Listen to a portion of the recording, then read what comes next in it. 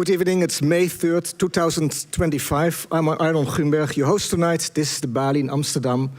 And the occasion is the second Evelien Gans Lecture delivered tonight by Simon Schama. The first Evelien Gans Lecture was delivered a year ago by Mr. David Feldman. And a warm welcome to all of you here in the audience. I've never seen it as packed as tonight. This can mean that Mr. Schama is very popular, rightly so. Oh, you are. Oh, Jew hatred is very popular. Also, warm welcome to those of you who are watching this program online from your bathrooms, your bedrooms, your kitchens, your mobile homes. Enjoy. I have to make a few technical announcements, announcements before I can explain what's happening to you tonight here in the next 90 minutes or so.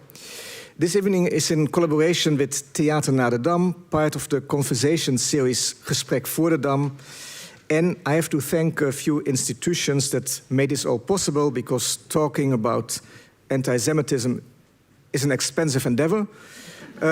So I have to say thank you, Stichting Collectieve Maroergelden, Nederland, thank you Veefonds, and thank you Nettie Rosenfeld Fund. So what can you expect tonight? After my short introduction, Heleen Gans, the sister of Evelien Gans, will talk to you for about 7 minutes. Then Mr. Schama will give his lecture for about 30 minutes, 40 minutes, I'm not sure. Take your time. And then I will talk, I have a conversation with Mr. Schama for about half an hour. After that, there's Q&A. Questions are possible, but I will be more severe than other nights. So really a question is a question. No short story, no poem, no anecdote, no opinion, not even a very short poem. And Eloise will walk around with a mic, and we will end the evening with a Q&A. So I guess Mr. Schama doesn't need any introduction, but you never know. Maybe a few of you lived under a stone. So for those, I will introduce Mr. Schama. He is a renowned historian in the fields of art history, Dutch, French, and Jewish history. He has published numerous award-winning history books, such as Landscape and Memory in 95, Rembrandt's Eyes 99, and A History of Britain in 2000. And he has created famous television shows, such as The Story of the Jews, and more recently, The History of Now. And since the attack on October 7, 2023, he has been working on a book about the contemporary history of the Jews. Evelien Gans, who gave a name to the lecture tonight, born in 1951, was a committed scholar, a critical and combative historian, and a chronicler of Jewish life. In addition to her work as a researcher at the NIOD, the Netherlands Institute for War Documentation, she was a professor of contemporary Judaism.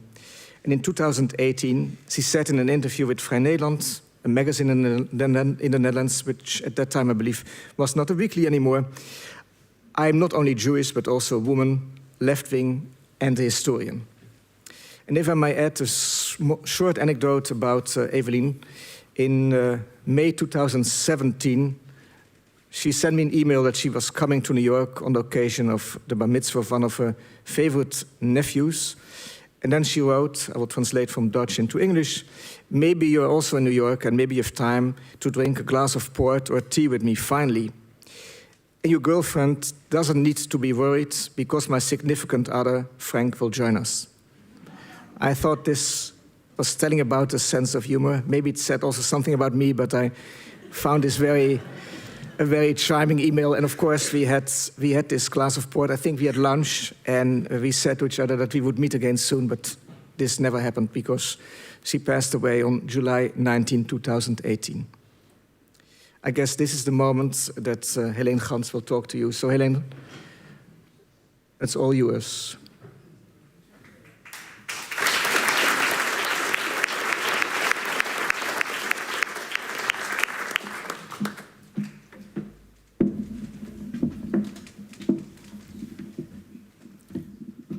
Ben ik zo goed verstaanbaar?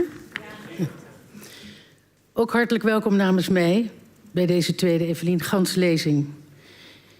Ik ben Eveliens jongere zus, althans, dat was ik. Want ik ben inmiddels 3 jaar ouder dan zij geworden is. Documentairemaker David Kleiweg, die een film over Wim Brands maakte, nadat hij zeer langdurig met hem had samengewerkt, zei: een zelfgekozen dood werpt een schaduw over iemands hele leven. Ik vond dat een heel treffende en herkenbare uitspraak. Al zette hij het woord zelfgekozen terecht tussen aanhalingstekens.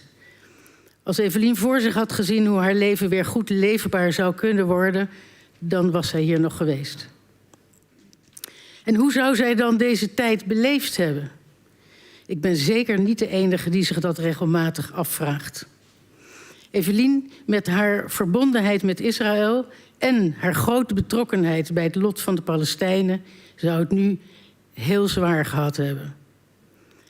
Ze was lang geleden lid van de Joods-Palestijnse dialooggroep, opgericht door Radi Saoudi en Leila Jafar. Ze bestreed het filosemitisme van Geert Wilders, dat hij misbruikte en nog steeds misbruikt om de islam te bestrijden. En ze was als medeoprichter van Blanes, organisator van een bijeenkomst, in deze zaal overigens, over Joods zijn in een links milieu. Of was het omgekeerd? Om maar een enkele activiteiten te noemen die hun relevantie ook nu nog niet hebben verloren. Ze schreef Gooise nijd en Joods narcisme over de relatie tussen Joden en niet-Joden in Nederland. Een publicatie uit 1994. Maar wel een die Ronit Palace in haar opiniestuk in Trouw vorige week nog memoreerde en in ieders aandacht aanbeval. Titel van het stuk van Ronit: Wie iets van deze tijd wil begrijpen, lees Evelien Gans. Ik zou bijna zeggen, na zo'n titel, need I say more. Maar ik ga toch nog even verder. Onvermijdelijk kwam Evelien overal tussenin te staan. Natuurlijk te links en op de bres voor de Palestijnen, in de ogen van de mensen die right or wrong my country aanhangen. En te loyaal aan het voortbestaan van Israël in de ogen van mensen aan de andere kant van het spectrum. Ooit was ze lid van de Ander Joods Geluid, maar ze vond, toen ze hoogleraar werd, dat ze zich onafhankelijk moest positioneren.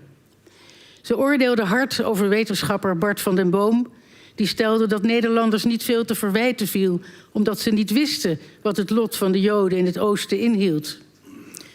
Sheila Sital Singh, afgelopen zondag nog in Buitenhof, raadpleegde historici, omdat de vraag haar kwelde of haar moeder geweten had wat de Joden te wachten stond na deportatie. Sital Singh had geconcludeerd dat die vraag in feite niet relevant is. Alsof alle anti-Joodse maatregelen en vervolging niet al erg genoeg waren. Zonder twijfel zou Evelien een van die historici zijn geweest. En ze zou zich ook nu fel en genuanceerd, messcherp en nieuwe termen muntend gemengd hebben in de discussies. Ook de grijsheid van Chris van der Heijden bestreed ze. In zijn recent verschenen boek over zijn foute ouders velt hij een oordeel over zijn eigen mildheid en goedpraterij van hun verleden. En hij schrijft: hiermee was ik ook zelf eigenlijk gewoon fout. Helaas, deze erkenning komt voor Evelien bijna 7 jaar te laat. En dat is echt te betreuren, want vergis je niet, schijn bedriegt. Zo moedig als zij positie koos in het debat. Zo dominant en bijna agressief als ze over kon komen als ze haar standpunt vertolkte. Er waren ook sterke gevoelens van angst, onveiligheid en eenzaamheid. Al waren die zeker niet allemaal werkgerelateerd. Marja Pruis laat een personage in haar roman Huiswerk zeggen: een van de wonderbaarlijke dingen van het leven is dat je, ondanks dat je weet hebt van zaken, toch een prettig leven kunt leiden. Goed voor jezelf kunt zorgen. Niet de hele dag de haren uit je hoofd aan het trekken bent. Welnu, Evelien beheerste dit wonderbaarlijke ding niet goed. Voor haar viel dat al gauw onder de verboden categorie wegkijken. Tegenwoordig zou je zeggen dat zij altijd aanstond. Een tijd- en energierovende staat van zijn. Ze zou dan ook misschien het tweede deel van de dubbelbiografie over Jaap en Ischa Meijer, Ischa en Jaap Meijer dus, ook nu nog niet af hebben. Juist omdat ze zich zo verplicht en geroepen voelde om zich te laten horen als ze dat noodzakelijk vond.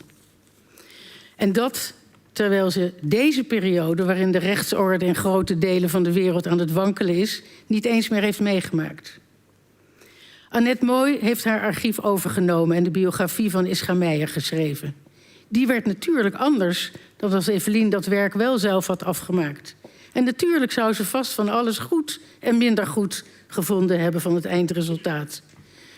Bij het diner na de presentatie van Annette's boek heb ik iets gezegd wat ik nu kan herhalen, met betrekking tot deze bijeenkomst hier vanavond. Wat zou het mooi zijn als ze hierbij was geweest en had kunnen zeggen: natuurlijk had ik het net wat anders gedaan, maar wat goed dat het er is. En dat de Evelien Gans lezing en het essay, dat later in De Groene gepubliceerd zal worden, net als vorig jaar, begon als een initiatief van 3 mensen die zeer bij haar betrokken waren. Judith Bruinsma, Dienke Hondius en ik.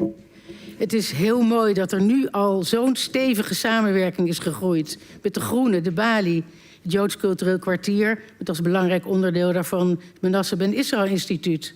Want daarmee is de lezing en het essay in De Groene verankerd voor de toekomst.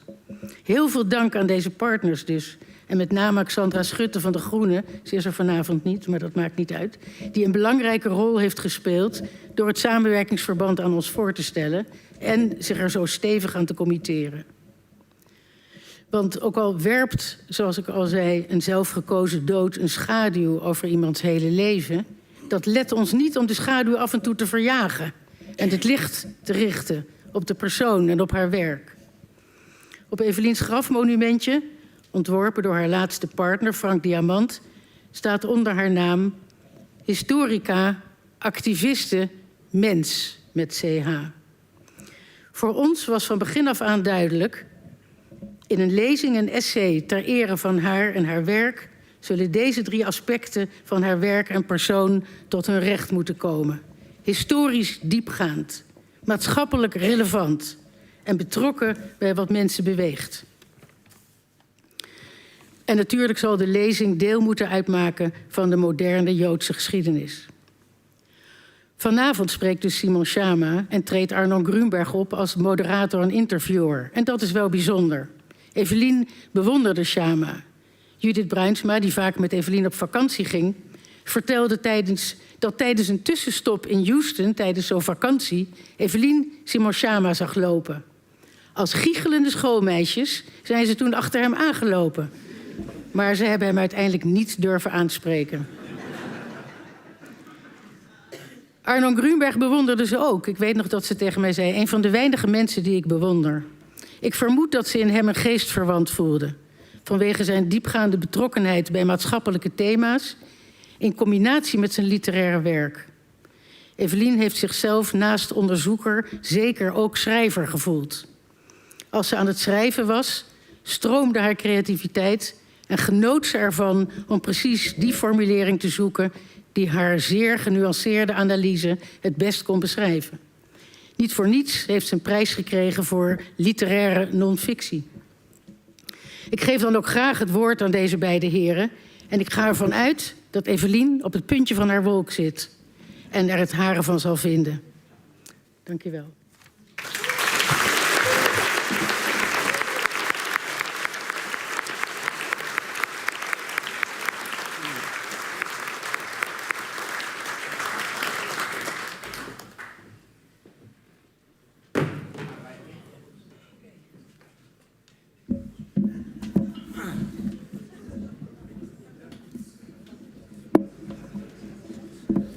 Oh, there are steps. Okay.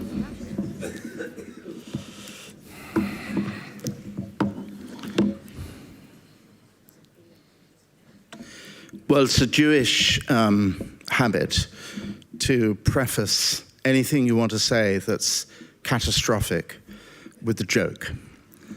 So, what's the difference between... How do you know the difference between a Jewish optimist and a Jewish pessimist? Well, a Jewish pessimist says, things cannot possibly get any worse. And a Jewish optimist says, oh, yes, they can.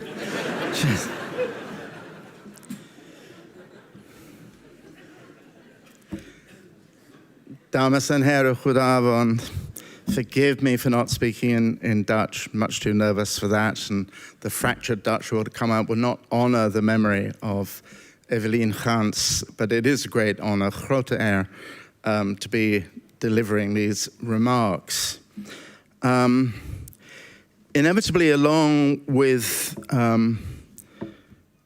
I was going to say the pleasure, really, which when you talk about the Holocaust and anti-Semitism is a difficult word to use, and I'm going to be speaking about the strain of words and the subject in a bit more detail in a minute. But of course, the ideal thing would be if Evelien and I, and Arnon, of course, will be having this discussion together. So the occasion is shadowed a little bit by sorrow.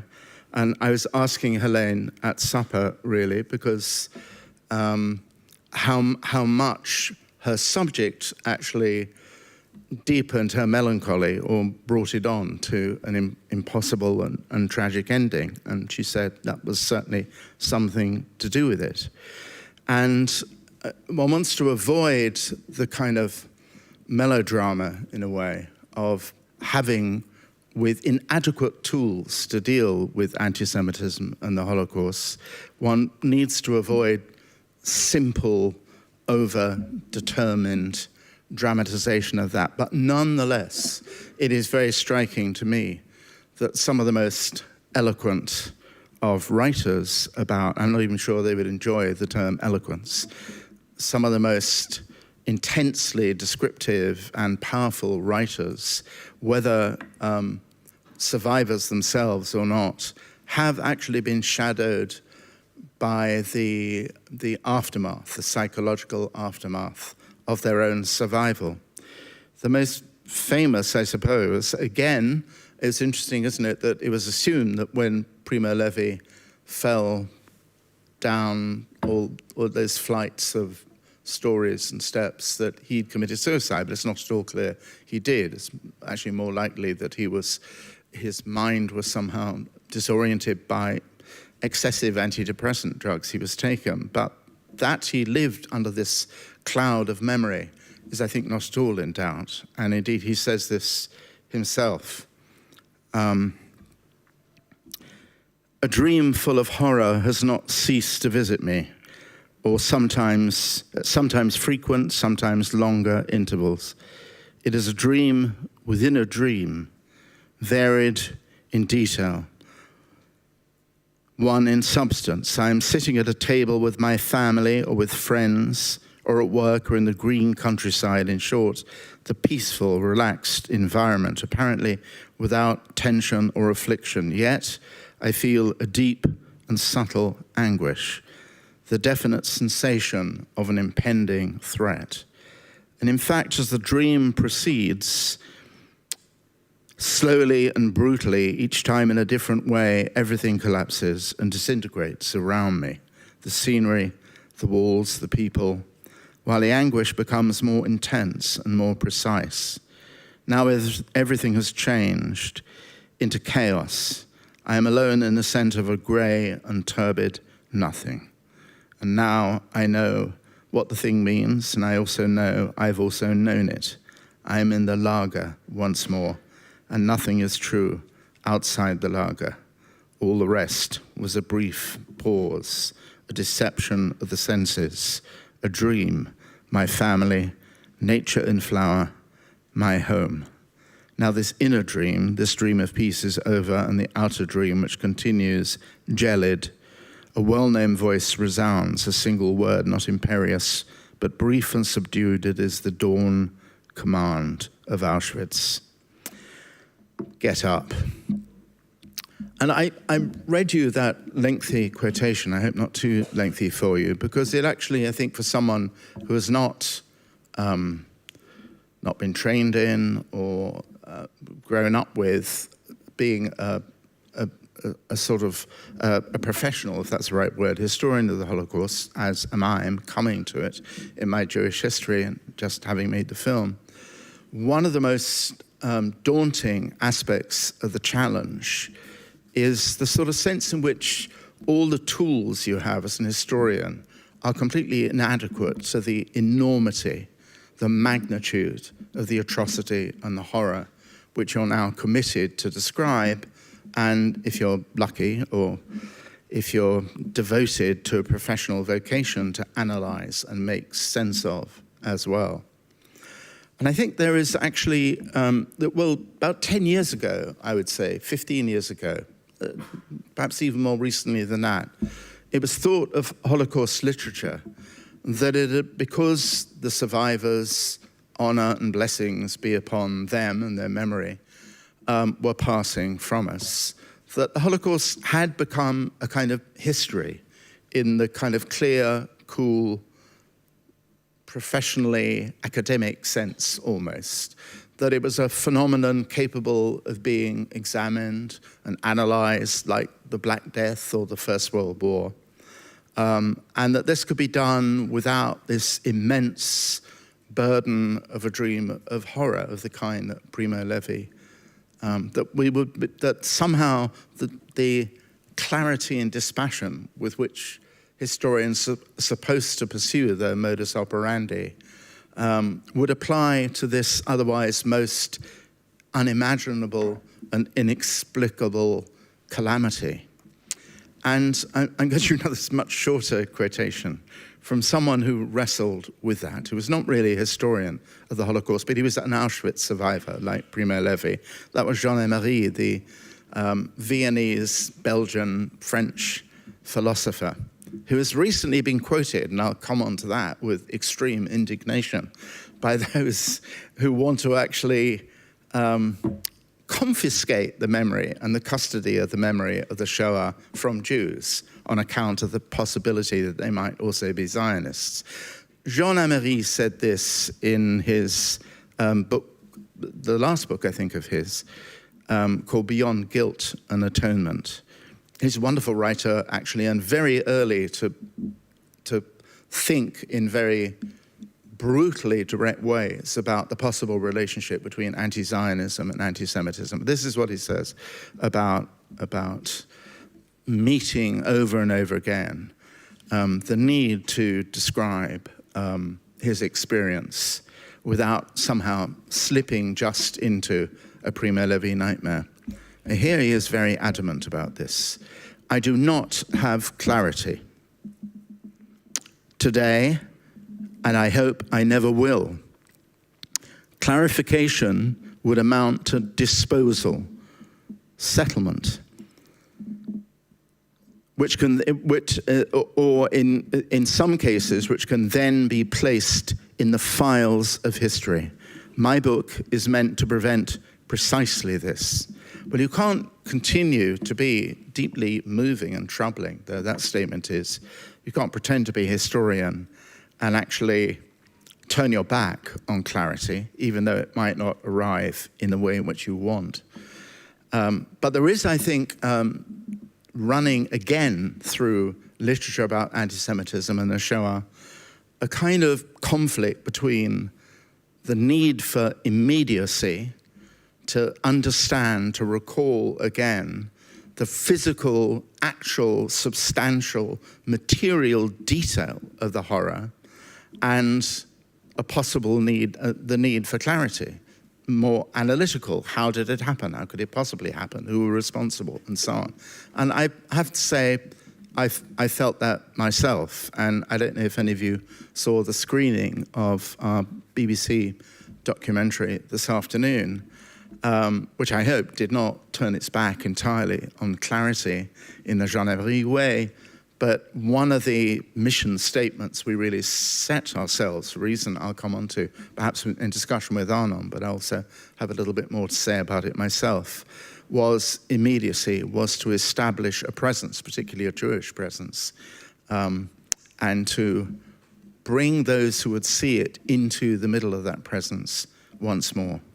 Well, this conflict between immediacy, the urgencies, competing urgencies of clarity and immediacy, I was aware of before, not only before making this documentary film, but also I think when I was writing occasional essays about historians and memory of the Shoah. There were many other reasons why I actually, famously in Britain at any rate, maybe it's in the interview with Volkskrant, a huge amount has been made about the fact that this was the first time I actually went to Auschwitz. It's not that I actually, much earlier on, didn't want to go to the sites of horror. Actually, with a friend of mine, we went to Theresienstadt to Terezin in 1965, where we witnessed East German buses brought by labor unions or high schools or university students to the kind of rim of Theresienstadt, which is, so any of you who've been there, is in 2 levels, and would really just bundle out and dump a kind of enormous wreath of flowers and then climb back into the bus and go back to wherever they'd come from. I also went to Treblinka, which is proposing to have a museum memorial, Auschwitz style, if that's not a kind of horrible way to put it. And that has already provoked a huge amount of debate and anxiety in Poland by those who are devoted to not being interfered with by a government view about how the Holocaust is presented in such memorials. Treblinka, and again, any of you who've been there, was a rather moving modernist monument. There was absolutely nothing there. And you'll remember that Treblinka murdered 900,000. Auschwitz murdered 1.1 million. So Treblinka, and also Treblinka, along with Sobibor and Belzec and Chelmno, were the only camps that were created entirely and exclusively for mass murder. Auschwitz, of course, had an enormous slave labor industrial complex added to it as well, and particularly in Birkenau. So I wasn't exactly turning my back, but there was something about Auschwitz. It was summed up in an absurdity, really, where when I was in Poland working on doing research for Landscape and Memory, I got off a train in Krakow railway station. So this would be in the early 1990s, I guess. And there was a tourist poster on the railway platform, which actually said, day trips to Auschwitz guaranteed back in your hotel in time for tea.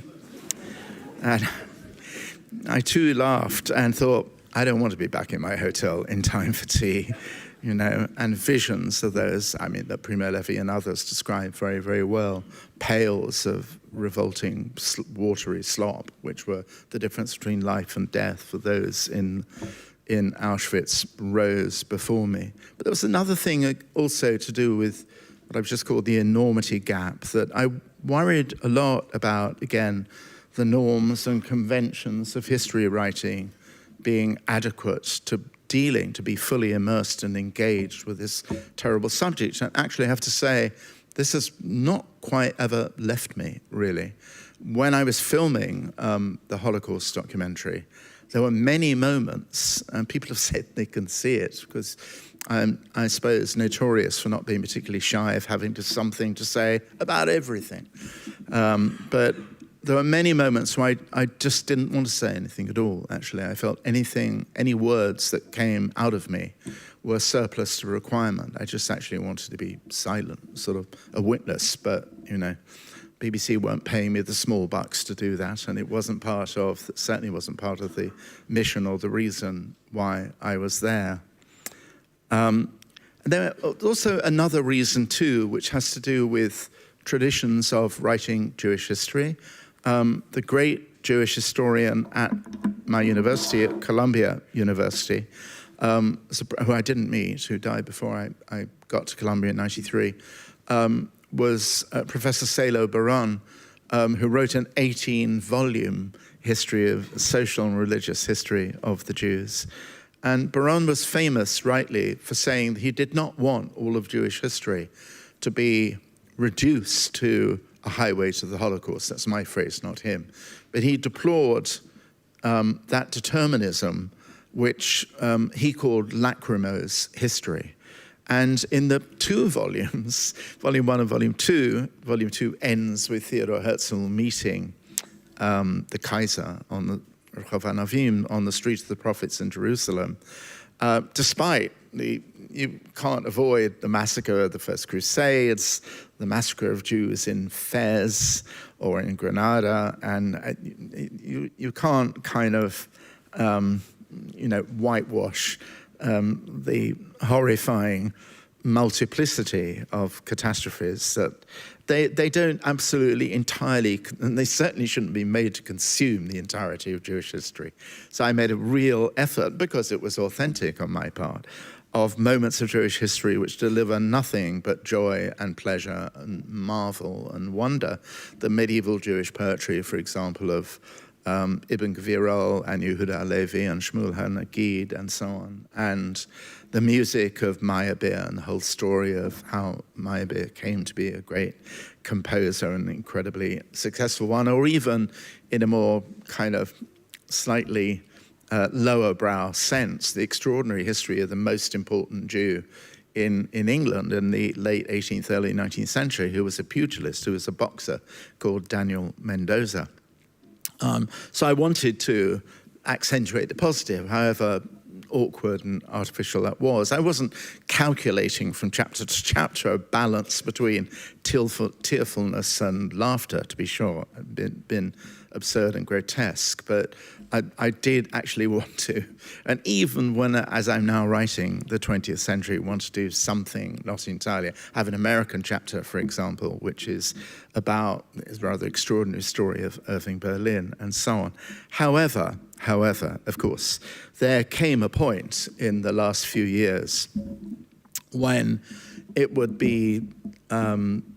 have been absurdly myopic to pretend something sinister and very unexpected was happening in respect of the obstinate, endless robustness and poisonous vigor of anti-Semitism.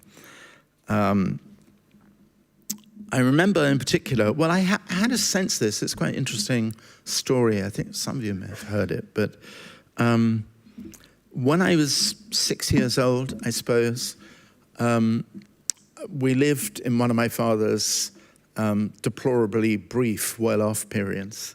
He was wonderful, but crap businessman. But we lived in this grand, half-timbered mock Tudor house by the sea. It was great. It was good if you're a little boy. And we used to receive relatives. And my dad and I were going to the railway station. And one time we were doing this, I noticed on the wall at the front of the station the letters PJ. And I asked my father, I couldn't imagine what they, and they clearly, an attempt had been made to scrub them out, P and J. But it hadn't succeeded. Somehow these ghostly letters still endured. So I asked my father, and he shrugged and looked a bit shifty and said, "Nothing. Don't worry about it." And but I was an annoying little fellow, and I insisted. And eventually, he told me what they meant, much to my mother's ferocious displeasure. And he said, "Well, it's all right, but they stand for," he actually said, "It's all right, son, but they stand for perished Judah," which I thought was not particularly all right, actually. And he thought it had, but he said, "Well, that's all gone, you don't have anything, it is never coming back."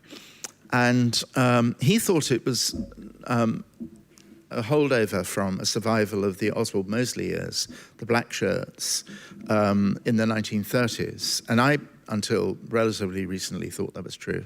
Until when I was doing research for a different documentary, I realized it dated from much more recently, when I was 6, that we're at 1951. And we're talking about 1947, when there was, in effect, a pogrom all over England and in Glasgow as well. Nobody died. Some people were beaten up. A huge amount of property was destroyed. And the occasion was the hanging by the Ilgun Tzvei Leumi, Menachem Begin's. No, it wasn't Menachem Begin's party. Was it the Ilgun? Yes, it was. Yes, he was an Ilgunite. Not Stern Gang.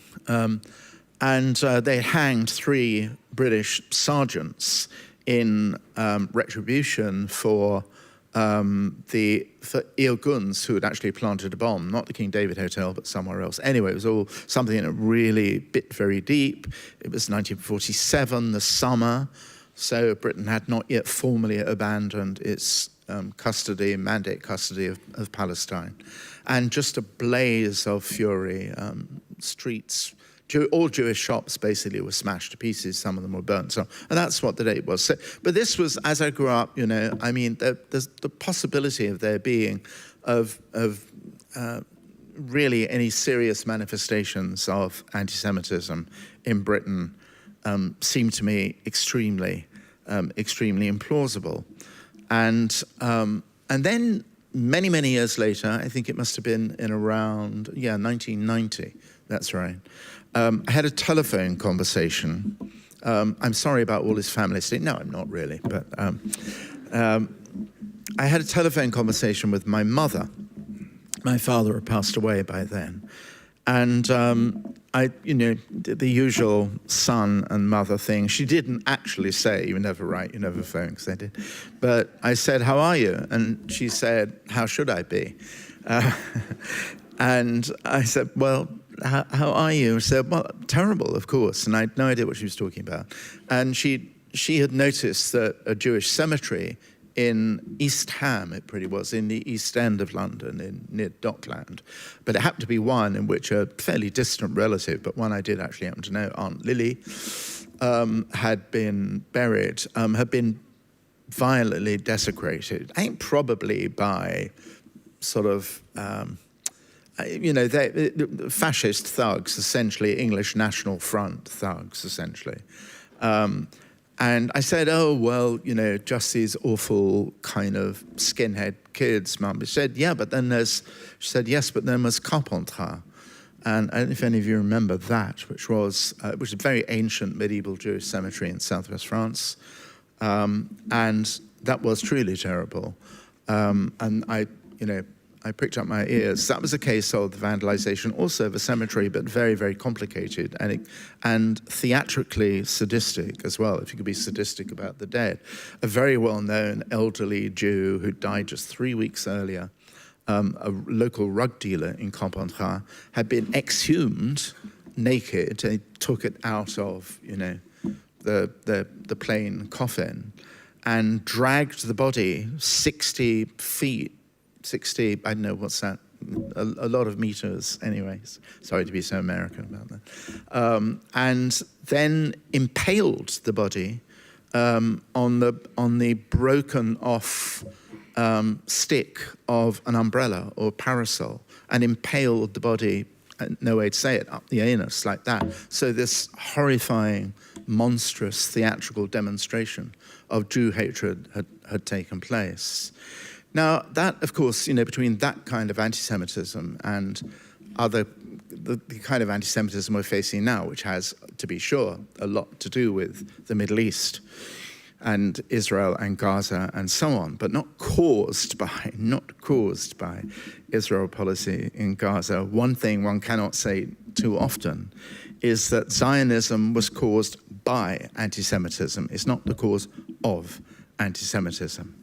But there came this cascade of hatred in which anti-Zionism, and I will say straight away, as I was saying to all our friends here, I'm a Zionist. I'm a proud Zionist. I'm a bitter opponent, enemy, if you like, if you're listening out there, of Benjamin Netanyahu, and very much in the spirit of Evelien's feeling, it's entirely possible to feel intensely and acutely the awful suffering that's being undergone by Palestinians, and at the same time be an unapologetic Zionist only in the sense in which you believe adamantly, with no qualifications, in Israel's legitimate right to exist and to defend itself. That, many of you may have difference with that. That is where I stand. So, in that sense, I decided really that it was, a time both to wrestle with this phenomenon and the many years of procrastination between finishing Volume 2 and starting Volume 3 sort of disappeared. It seemed to be a kind of moral, intellectual cowardice. And in case you do disagree with me, many of you may, I'm sure, about what I've just said about, and I want to go into the kind of long history of Jew hatred in a little bit. Here is something extraordinary, historical document to be sure, which dates from 1899, significantly the time of the Affaire Dreyfus.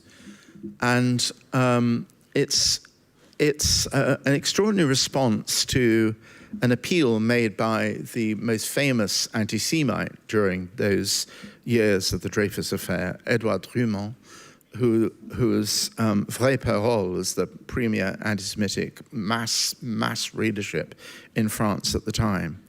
And one of the forgers who'd forged a letter which was supposed to nail the treason of Alfred Dreyfus, one of the military forgers, a man called Major Henri, once exposed clearly that he'd written the so-called bordereau that went to the German embassy, committed suicide in prison. And Edouard Drumont, the editor of Vraie Parole, did create a fund for his widow, sort of keep her in, a fund for the widow, for her welfare. And so he asked for people to subscribe to this fund, and 25,000 did, quite a lot. But he added something. He said, would you all be so good as to suggest what can be done with the Jews? And I read you a bit from my description in my book about that, because there's nothing in what came back, and suggestions came back in massive quantity and richness of hatred, that, it's something really that would come to fruit, a half century later. One of the derogatory terms for Jews in France in that time were outres. Just how the filthy outres would be disposed of invited a rich variety of suggestions. Their mouths could be sewn up. This is all taken from, because actually not only, there were elaborate descriptions from all the people who made their suggestions. I'm just making an inventory of them.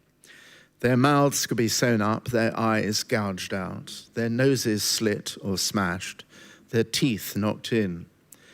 They could be dunked in boiling oil or laved with acid and turned into mincemeat. White sausage, boudin blanc, tripe, pâté, or shredded into dog food if any self-respecting dog would eat them.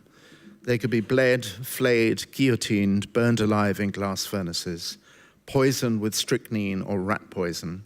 Their skins could be tanned and made into military drums, boots, or parchments to write on. Since they were so fond of music, their guts could string cellos and violins. One proudly self-identifying anti-Semitic, said, I'm anti-Semite, medical student wanted Jews rather than, as he put it, some innocent rabbit to be vivisected for his anatomy classes.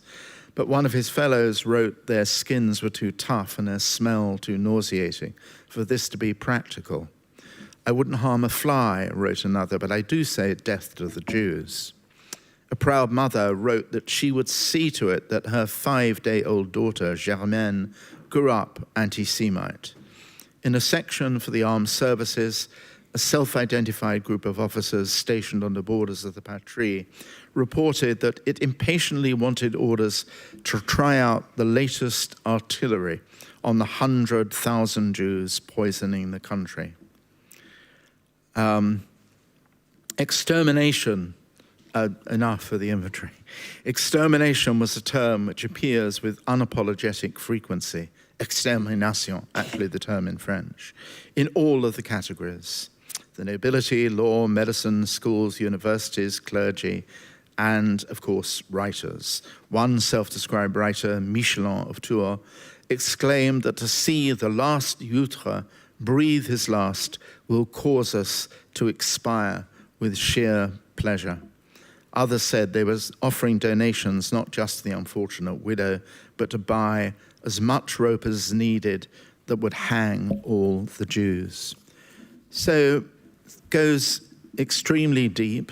I want to say something in just a minute about the antiquity of this, because it actually speaks to the issue of the Holocaust in terms of how could this possibly happen. And the short answer is Monument Henri, but also Monument Henri projected back possibly 2,000 years, the constant dehumanization, the sense in which Jews were not real people.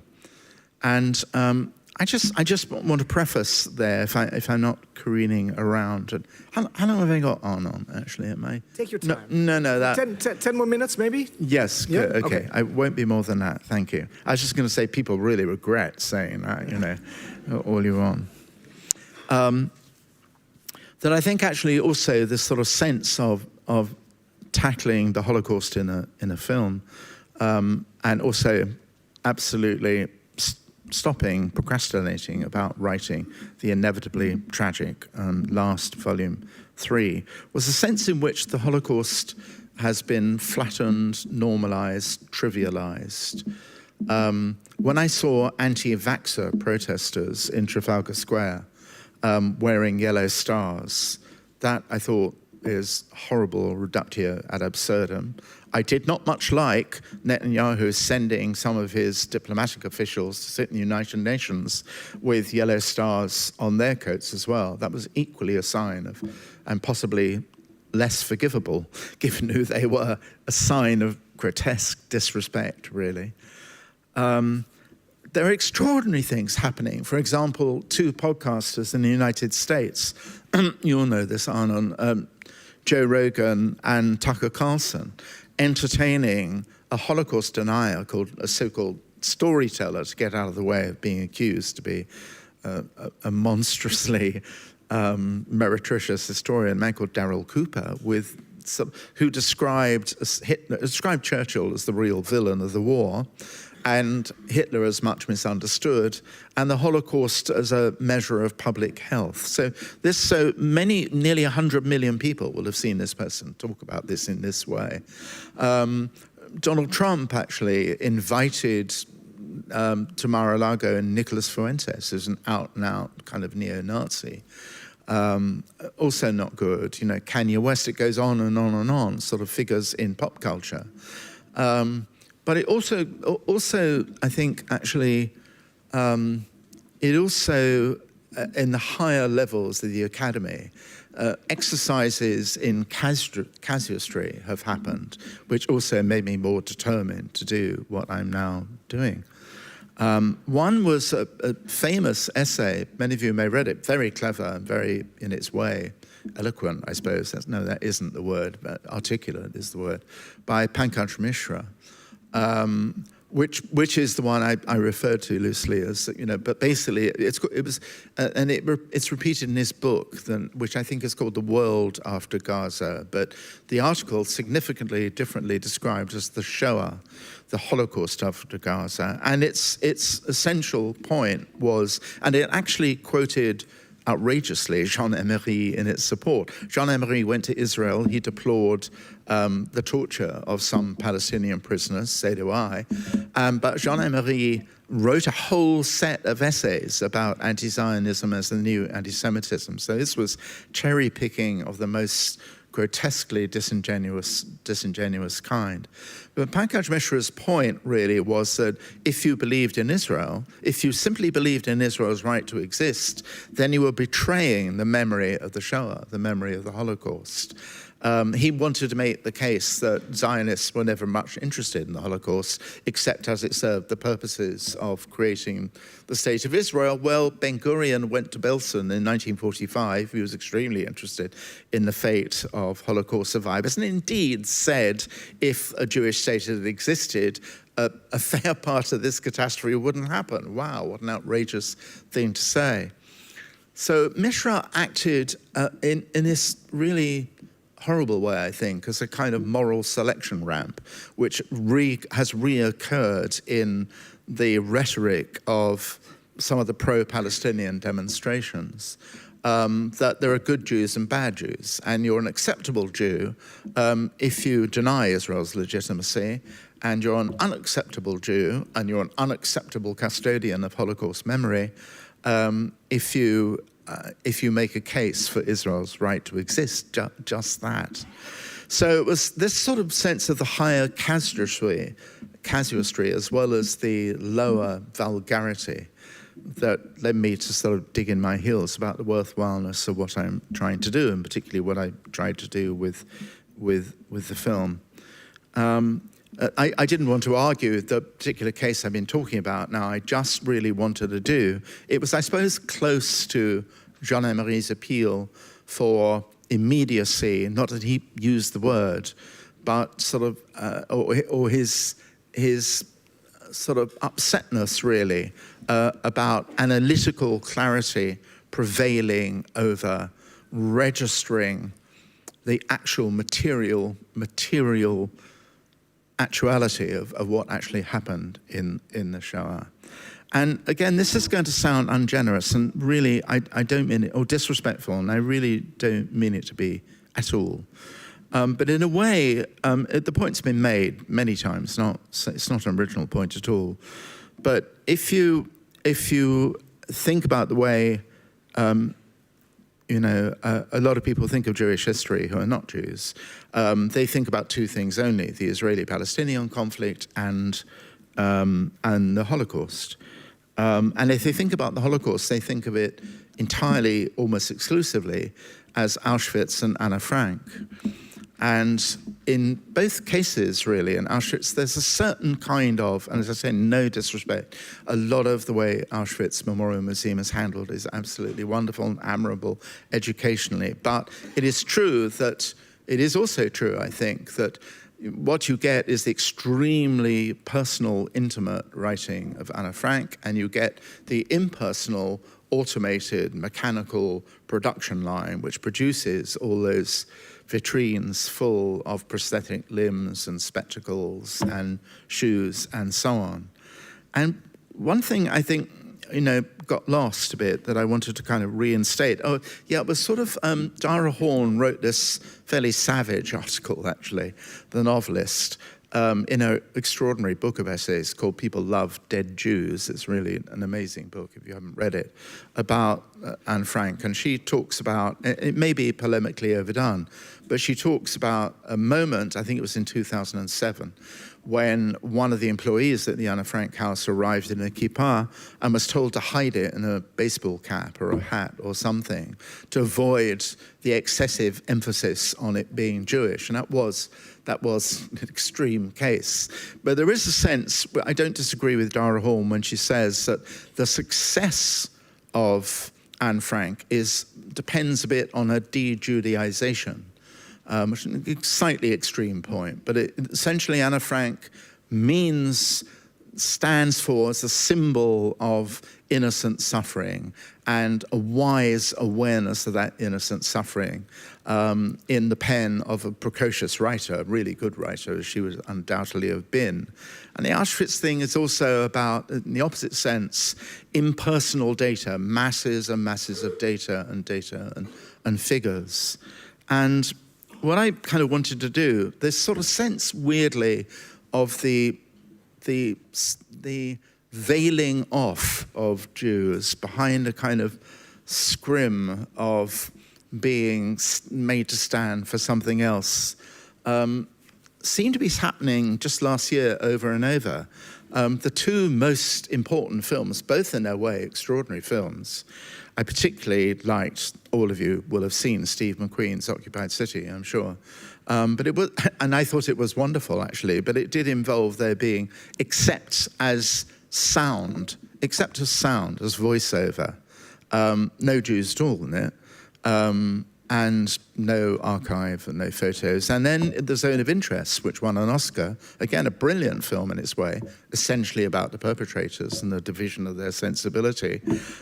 Jews aren't there at all, except as sounds off. In fact, you don't really hear the occasional scream, maybe, and a strange iron grating noise, which the soundscape, word I hate, designer said was meant to represent what was happening. But there were absurd bits, I thought, of disingenuousness in the movie, of Rudolf Höss riding his horse up to the edge, dividing the paradisial garden from the reality of Auschwitz. Well, Höss, I think, did not ride his horse, but walked through exactly what was happening over and over and over again. So I thought there's something about the invisibility of the Jews themselves. The world is much more interested. In fact, Rudolf Höss's house is about to become a museum, much more interested in the monstrosity or weirdness or grotesqueness or whatever the perpetrators than in our own voices and our own presence. And what I want to say, and I'm finishing, Arnon, is that there were two things, three things maybe, that we wanted to do with the film, and that I certainly want to do in much greater length and in detail, and I hope do it justice in the book. One is to talk a lot about 1941. 1.5 million Jews, others, Roma and Poles and Sinti and so on, but overwhelmingly 95% Jews, are murdered in broad daylight by shooting. 1.5 million between the summer of 1941 and the spring of 1942. And this is not remote, automated, gassing, incineration, production line murder. It's immediate, up-close office hours, 9 to 5, in places like Ponar Forest, outside Vilnius, in site after site after site. And there is a hero of mine who I really want to meet one day. You haven't, Patrick Desbois? He comes to New York a lot. He's, I think, a Jesuit or Dominican priest who spent his life documenting and excavating mass graves of these shooting sites. And necessarily, when you actually deal with the history, and there are Wendy Lower, there are a lot of historians, Dan Stone, there is a wonderful book. I feel a surge of nobility come across me when I'm promoting other people's books, really. But there is an extraordinary book by Christopher Heath about Ponar. That's not a place familiar to you, ought to be as well known as Auschwitz. It's sort of the Auschwitz of a shooting site.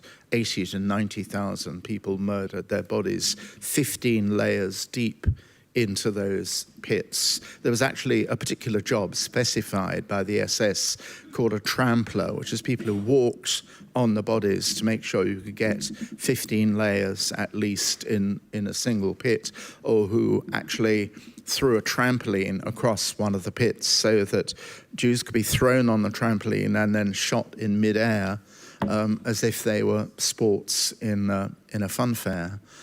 But Patrick Desbois has written a book called The Holocaust of Bullets, and he also produces an extraordinary map of massacres. So when you deal with the massacres, you have to deal with complicity, something that you're all and your country is wrestling with now, and there's a sequence in the film about it. I'm very shy of being presumptuous about this, not a specialist about it, but have I done some research? And indeed I have, and I know it's a sort of absolute central anguish for the country right now.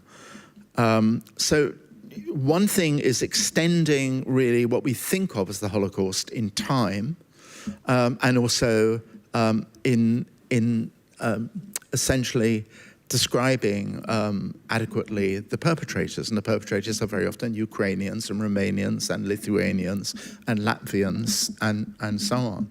And again, that's not an original point, but it really, the question it raises, and the question in the case of the Netherlands, what it raises, because a lot of terrible things that happened through institutional indifference or worse. And I was saying to Heleen that I'm a bit more of a fan, I have a bit more time for Bart van der Boom's book, We weten niet het lot, which is a quotation from Etty Hillesum, who strikes me as an extraordinary and amazing and wonderful writer. But it's used by Van der Boom to say, well, if Etty herself in Westerbork didn't know the fate in which ultimately she and her family, but all the people she dealt with as a hospital counselor in Westerbork, then the gewone Nederlander, who the subject of the book, are unlikely to have known. Not that they didn't know that something terrible was happening to the disappearance of the Jews in the Netherlands, but people didn't know explicitly about gassings. And as I say this to you, actually, where is Heleen? I realize that maybe I shouldn't be quite such an admirer of Bart van der Boom, because gassing isn't the point. They are being disappeared in some way, and of that, people in this country did know. There's a photograph which we didn't use in the film, and I kind of wish we did, which was, it may have been from the Museum van het Verzet, but I'm not sure where it came from. It is of a Sunday morning somewhere in Amsterdam. It looked to me like Plantage, somewhere like that, not far away from the Joodse Kwartier, but it's not the Joodse Kwartier because a Dutch family beautifully dressed for Zondagskerk, for Sunday service, is walking towards the camera and walking away from it, because Jews are not allowed to walk on the sidewalk, on the pavement by then, is a block of 50 Jews all packed together and being taken, I'm sure, to the Hollandse Schouwburg, presumably, possibly from the Hollandse Schouwburg to the Centraal Station. I don't know, but I think it's more likely to the theatre, of course. So the issue of complicity is absolutely inescapable. But against that deeply troubling thing, it is the presence of so many extraordinary literary voices and many musical and artistic voices as well. I was going to read a bit from Etty herself, but it seemed to me absurd to read you. I mean, Arnon was kind enough to volunteer lending me the Dutch edition of Etty, but it seemed to me ridiculous. I certainly didn't want to read you Etty in English. It's absurd, but we can talk about that. But not just Etty. Chaim Kaplan in the Warsaw Ghetto, in particular, Zalman Gradowski, who is a Jewish Sonderkommando, in the heart of darkness in the summer of 1944, when 400,000 Hungarian Jews are being murdered, and the crematoria have backed up on human remains and are not working, particularly on the powdered remains of skeletons which aren't powdered enough, and so the ash is clunky. But the real problem is human fat has stopped the crematoria from working as the Germans wanted to, in the right way. So open pits are dug. They're near, if you go to Auschwitz or you've been there, near Crematorium 5. And Zalman Gradowski's is an unsparing, direct, brutal description of what it was like to actually see what happens to a Jewish body in both the gas chamber and in a crematorium.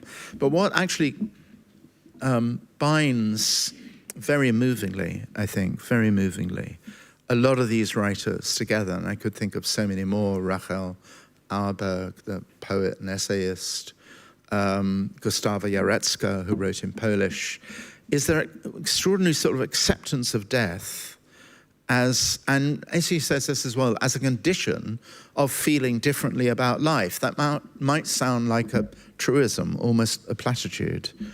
But actually, it does give them a kind of ferocious, vital intensity. And they all, particularly Kaplan and members of the Einig Shabbos extraordinary group in the Warsaw Ghetto, what they share is this is also so Jewish, and it both tears at your heart and makes you feel, if you're a writer, extremely close to them. We know we're going to die. All we ask for is that our witness and our testimony will not die with us, that it will be remembered, that we will be present in the years ahead. And they say it over and over and over again, very movingly. And I suppose in the end, what led me to make the film, but also work on this particularly catastrophic moment in the history, is a kind of call to duty, really. I just wanted to be one of those voices to amplify them again. They've been published, they've been edited very beautifully. Even some extraordinary figures like a non-Jewish Polish journalist who lived just down the road from Ponar Forest, who was caught absurdly in a kind of crossfire between German and Soviet troops, and who describes exactly the miseries and cruelties and bestialities that were going on. They all buried these things. They all buried in the garden. Sakowitz's journal was buried in his garden in the lemonade bottle.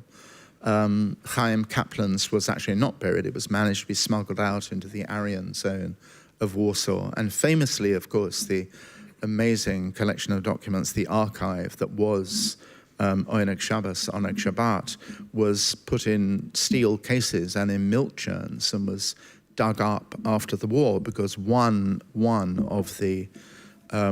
of their group survived and led them to it. And we have in the film an amazing piece of television archive. So this, I think, in the end, really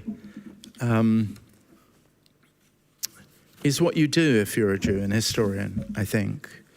I'm going to finish by reading you another quote from Jean Emery, which of course I can't. So I wasn't a survivor. I'm not a survivor. Some relatives of my mother's disappeared. But I read this and I understand it at a visceral level. For me, being a Jew, and he, by the way, Jean Emery was brought up a Catholic, super assimilated, and becomes a Jew. And therefore, he joins the resistance in Belgium and is caught and is sent to Auschwitz. For me, being a Jew means feeling tragedy of yesterday, of yesterday's oppression. On my left forearm, I bear the Auschwitz number. It reads more briefly than the Pentateuch or the Talmud, yet provides more thorough information. It is also more binding than the basic formulas of Jewish existence. If to myself, the words include those who are religious, nationalist-minded Jews do not regard me as one of their own, I say, I am a Jew. That means more than I am a Jew, and it means more than any possibilities you may imagine could possibly be summed up. I am summed up by my Auschwitz number. And I suppose that the first line, really, being a Jew means the feeling of the tragedy of yesterday's oppression. When you get to be old, and I'm very old, you figure out actually what means most to you at this moment. And that's it. Thank you.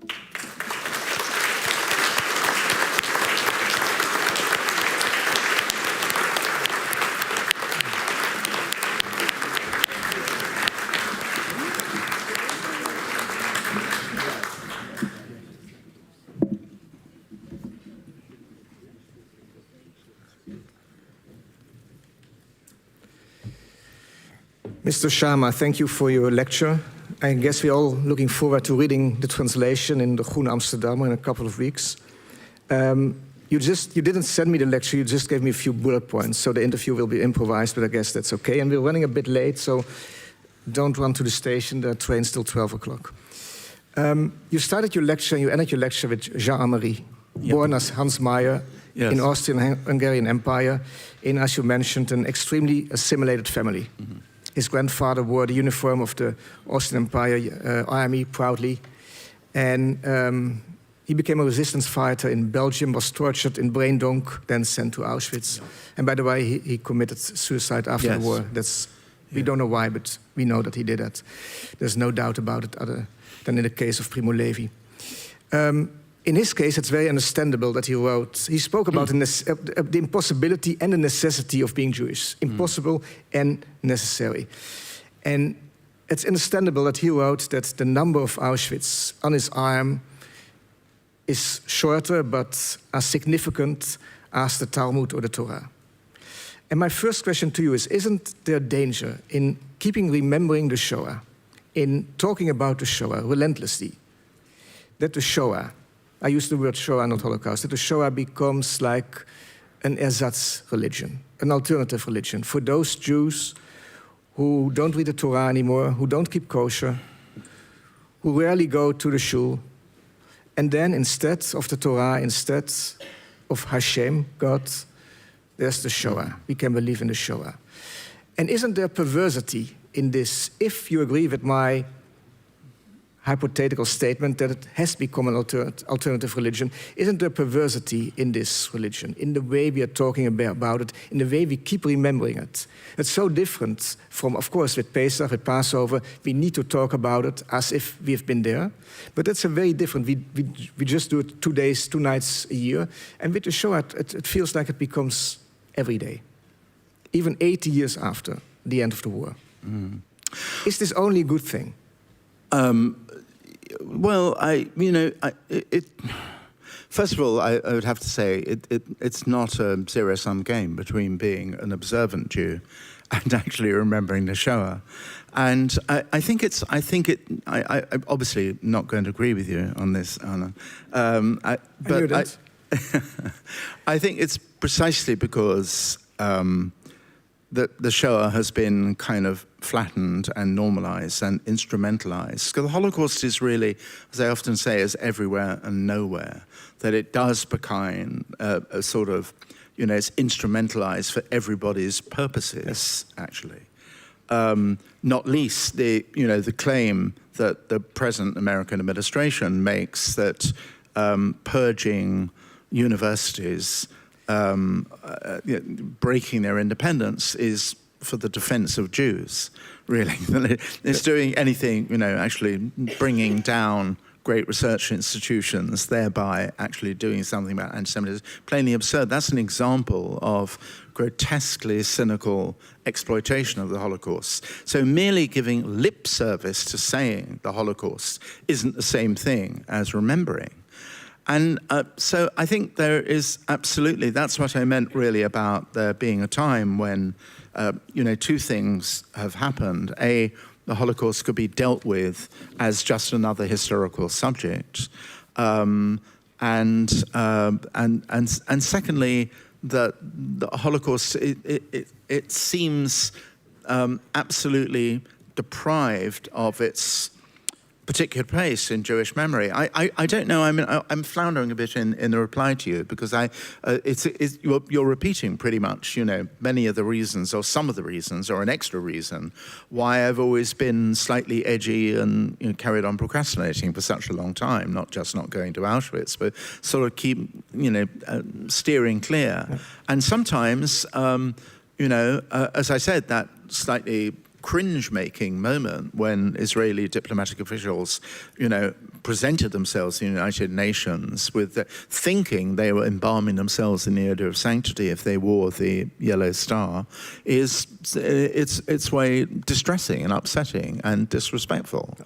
But it's also true to say that, when you hear Jews routinely being described as the new Nazis, which very often has been the case in some, if not many, at least in the United States, pro-Palestinian demonstrations. And when you really see images of Benjamin Netanyahu, as I've just been saying a lot, I have no brief for, with his teeth sunk into the blood, blood dripping from his mouth, sunk into the body of a baby, you inevitably think of the blood libel, you think of the long. So, it strikes me that two things are not incompatible. That's to say, being faithful to the long history of Jew hatred, in which, and again, this will astonish you to hear, but I ran out of time, but in which Jews are described as a walking infection, as human vermin, and therefore the mass murder of Jews being indeed an exercise in pest extermination is unique. Suffering and genocide and what happened to the Tutsi and what happened to the Armenians means unique. It's not unique. But the sense in which over 2,000 years, I mean, when does this begin?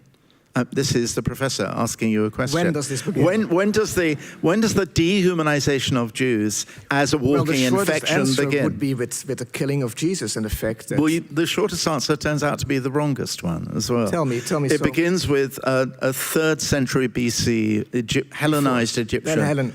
You know about that, Manetho. Yeah, Manetho. So Manetho has he revises the Exodus history, saying it wasn't at all a moment of liberation. It was a moment of pharaonic public health decree that the Jews were carriers of leprosy and therefore they needed to be expelled. And they were sent into desert, and Moses is this kind of maverick priest who decides to invent a religion. So that is adopted by Appian, it's adopted by many classical writers. The story persists, we know from Josephus's Contra Appian, that another thing that the Jews are supposed to do, because it was said that that Antiochus IV Epiphanes, he the villain of the Hanukkah story, much made up by not just the Maccabees, but by the rabbis, when they enter the Holy of Holies inside the Temple of Jerusalem, find a traveler, a merchant, tied to a table in the middle of the temple, being force-fed dainties of all kinds, so that when he's fat enough, he can actually be removed from the temple and taken to the woods and murdered and eaten as well. So we can conclude maybe that as long as there were Jews, they have been the favorite scapegoat of other people. Exactly so. You know David Nuremberg's book, right? Imre Kertész wrote in his novel, his most famous novel, that Auschwitz has been in the making for centuries. Yes, that's a view I would not disagree with. But what I want to say, I just want to add, and I know, I'm so sorry. No, go ahead. This will teach you to have a conversation with me. Yes. Never again, as it were. Never again. Never again. Okay. Is that I don't see that an irreconcilability about actually having Jewish history be about Shmuel Anagid and Yehuda Levi and so on, with that list of sources of rejoicing, as well as being honest about the uniqueness of what actually happened to us. It may be an issue of degree, but it doesn't feel like an issue of degree. It feels like an issue of kind. But if you mention the uniqueness, of course, there's been this debate among historians when it comes to the Shoah. Don't you invite then like a competition in suffering? If you say, listen, we are you. And I see this happening all the time. That other minorities and other people say, hey, we want our own Holocaust. We want our own uniqueness. We want our own place at the table of sufferers. Well, it's a terrible thing to say, but the place is ready for them. Maybe the word uniqueness, because it is horrible to have a kind of tournament of victimization. I agree, but let's say the Jewish experience. Leading up to, as Marian Turski says at the end, Auschwitz did not fall in the sky. Distinctive. It is a distinctive extermination. No, I mean, and I would, I don't want to enter into a tournament of, You mentioned victimization. In your answer what's happening now in the United States, how the current administration is using the fight against the so-called fight against anti-Semitism in order to silence students, in order to deport students. Yes, well, all good Jews should fiercely oppose that. But not too long ago, there was in the New Yorker, Isaac Chetner was interviewing Deborah Lipstadt. You know who's Deborah Lipstadt? She was Biden's special envoy to monitor and combat... Deborah Lipstadt. Yeah, Deborah Lipstadt. Yeah. And then he is asking her the question, are we making a mistake in thinking that an administration even cares about anti-Semitism at all? It's simply using anti-Semitism as an excuse to crack down on educational institutions. And who was the interviewer? Chetner, Isaac Chetner. Working for the New Yorker. Yeah, it's a good question because he's a bit fearful. And of course, people are fearful, always, now also in the United States. He's a bit fearful of criticizing the current administration. But what does it say about the fight against anti-Semitism when the battle against it is being kidnapped by an administration like the Trump administration, by right-wing parties all over Europe? Not too long ago, Haaretz wrote about it. There was a big conference organized by Netanyahu and his ministers about anti-Semitism, and many widespread cancellations. Haaretz wrote on March 27th because the invitations were sent to representatives of the far-right parties in Europe, Front National Rally, Jordan Bardella, PVV, AfD, the right-wing party in Germany, which is just declared by the Secret Service in Germany as extreme right and a threat to democracy and freedom.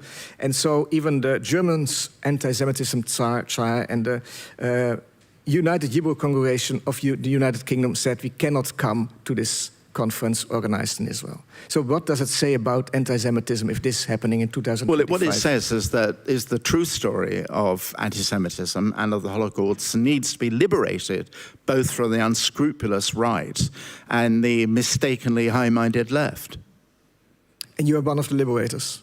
Pardon? You are one of the liberators? I would be honoured to have that title. Okay. It would be presumptuous to say so, but I try and do my bit. I mean, I did write the other day about, actually, in the FT, exactly how disgraceful that was. And is. And actually, you know, and by, yes, I mean, rescuing the peculiar, distinctive, rich history of the reality of the Holocaust. So it is a form of degradation, really. So you say we have to go back to the testimonies of the survivors. Yes. In order to do that, you spoke a bit about your movie, your documentary, The Road to Auschwitz. You didn't show a bit of it. I select a clip, and I want to show and to share with the audience a clip of this movie. Mag ik het fragment zien dat ik heb uitgekozen? Yes. This is almost as good as Claude Lanzmann, I would say, maybe even better. In your movie, you talk... Well, can you pose me the question? I would love you to pose me. Yeah, no, I want to just... How cool should it be? No, well, I just think that horrifying moment really speaks to, and I didn't make this point in my talk, say, how could she possibly have been that callous, you know? And again, the truism is there came a point where, you know, Jews were just animals. They were there for opportunity. And there was a whole industry of plunder, not just teeth, but everything Jews, all the clothes and so on that they left behind them when they went to the pits. So the point I want to make, actually, is that I think Holocaust memorial museums, of which there are many, and one of the painful paradoxes, of course, is that as we've never had more Holocaust education, we've never had more anti-Semitism in a long time, but they need to have a longer Jewish history with them as well. So otherwise you don't possibly understand, actually, how easily it would be for that, you know, I have a feeling woman that also that's you, besides the fact that your mother is from Lithuania, your mother's family is from Lithuania, that you put so much emphasis on the Holocaust by bullets, because this part of the Holocaust is largely a half-forgotten part of the Holocaust. Not too many people know that by the time Auschwitz-Birkenau became an extermination camp, before that it was already a concentration camp, but it became quite late an extermination camp. Almost half of the Jews that were killed during the World War II were already killed by so-called Einsatztruppen in the eastern part of Europe. And it was Abel Herzberg, maybe you know him, the Dutch survivor of Bergen-Belsen, author and lawyer, who wrote in one of his books that if you think that gas chambers were the worst part of the Third Reich, you haven't looked well. Yes. And I think your movie is one of the examples that really the most gruesome parts, the most horrific parts. And also you make the point that as what's happening in the Kaunas pogrom, your movie starts with the Kaunas pogrom, that sometimes these pogroms, these killings, were not initiated by the German soldiers, by the German SS, but by the locals. Well, I would say, you're absolute, that's right.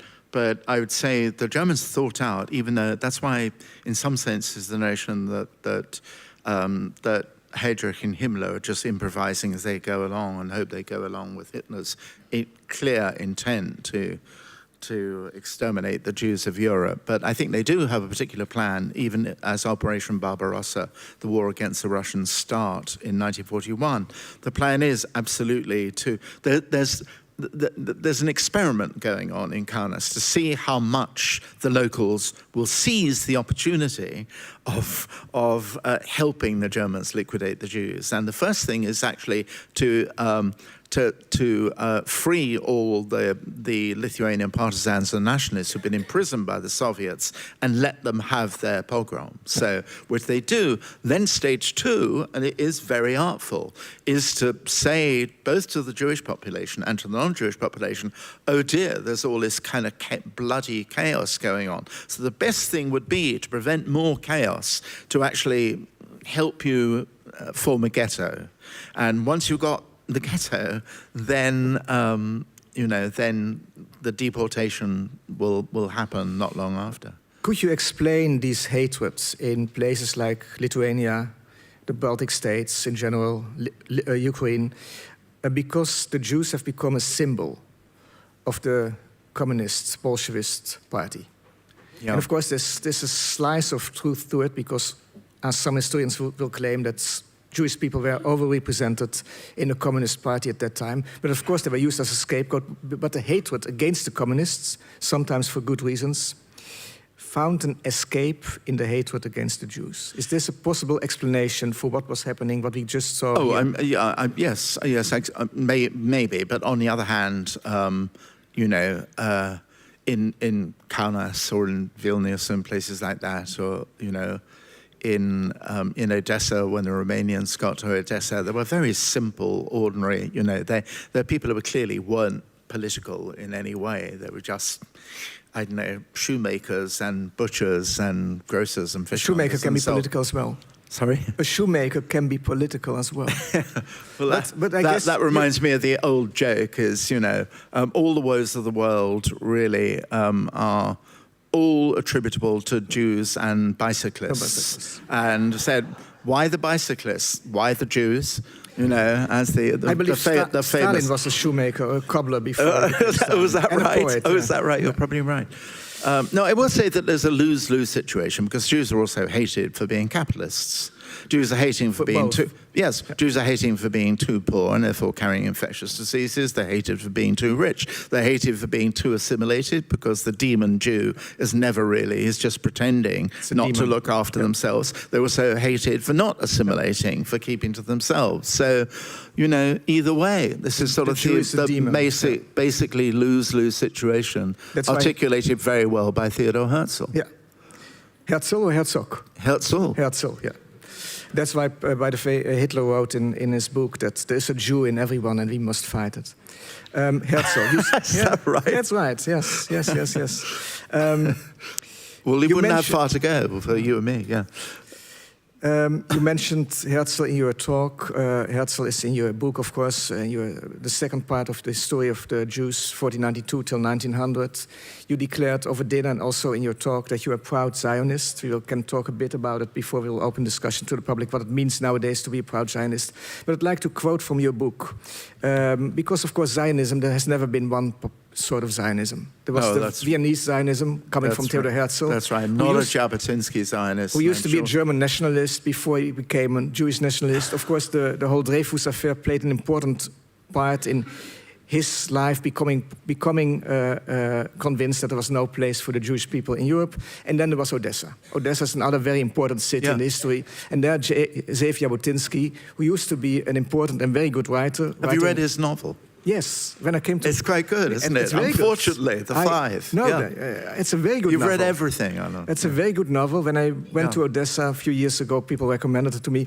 He was an excellent author, but after 1905, big pogrom, collapse in Odessa used to be a very multicultural city, and then a big pogrom, and everybody fought each other, and the Jews, of course, were fought by everybody. He said, there's no space for us. I cannot be an author anymore. I don't believe in literature anymore. We need a homeland. And he became one of the most nationalistic, religious,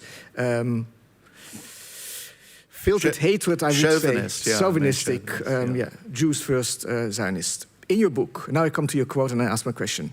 There are two visions of how a Jewish life could be lived in Palestine, and they confronted each other. Two visions of how Jews and Arabs could or would live in one land.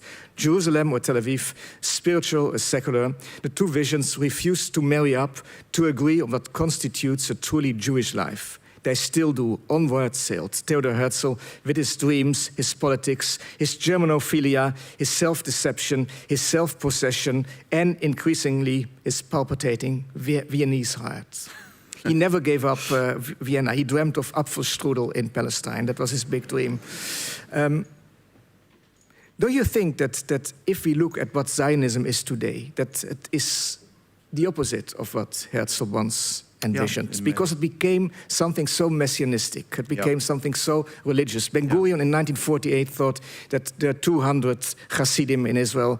He can say you don't have to serve in the Tzahal, in the army, because there are only 200 of you. Now they're about to become, in a few years maybe, a majority, or at least an important minority. And we all know this is a problem for Israel and for many people. Not to say that Orthodox Jews cannot have as many children as they want. That's not what I'm implying. So my question is, what do you mean by being a proud Zionist, given the state? Well, Not only Netanyahu. Well, I'm a 1948 proud Zionist and not proud of massacres, but of course there are massacres on both sides. So I'm a article, paragraph 5 of the Declaration of Independence of Israel Zionist, which stipulated, which has been set aside by the so-called, what's it called, the Nationality Bill or something? Yeah, a few years ago. No, I'm the paragraph 5 one, which stipulated equal rights for all citizens of Israel, irrespective of race, religion, or cultural background. Okay.